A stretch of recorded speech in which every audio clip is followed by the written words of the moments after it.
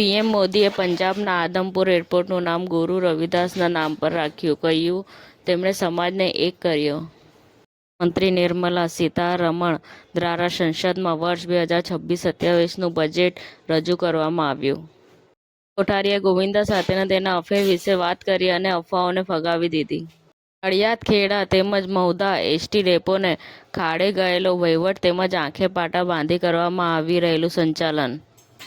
રોહિત શેટ્ટીના ઘરની બહાર 4 round firing, પોલીસે વિસ્તારને ઘેરી લીધો, સુરક્ષા ગોઠવી દેવામાં આવી.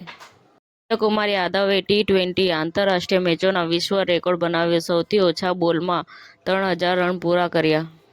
રણબીર કપૂર આલિયા ભટ્ટના નવા વૈભવી ઘરની બહાર કૃષ્ણરાજની નેમ પ્લેટ લગાવવામાં આવશે. અમદાવાદ ડિઝાઇન વીક 7.0 ત્રીજો દિવસ, જ્યારે બુદ્ધિમત્તાએ સ્વરૂપ ધારણ કર્યું અને ડિઝાઇને જવાબદારી લીધી. દિલીપ સંઘાણીએ કહ્યું કે કેન્દ્રીય બજેટ 2026 વડાપ્રધાન શ્રી નરેન્દ્રભાઈ મોદીજીના દૂરંદેશી નેતૃત્વ દ્વારા કૃષિ, ગ્રામીણ અને અર્થતંત્ર અને સહકારી ક્ષેત્રને નવી ઉડાન. મસ્જિદ હવ્વા ફતેવાડી ખાતે નાગરિકો માટે ડોક્યુમેન્ટ કેમ્પ યોજાયો. સમાચાર ટુડે ન્યૂઝ ચેનલની ટીમ અને જે સત્ય છે તે જ બતાવશે. આપ જોતા રહો સમાચાર ટુડે ન્યૂઝ ચેનલ. ગુજરાતની ધરતીનું ગુજરાતીઓ માટે જ, એટલે કે સમાચાર ટુડે ન્યૂઝ.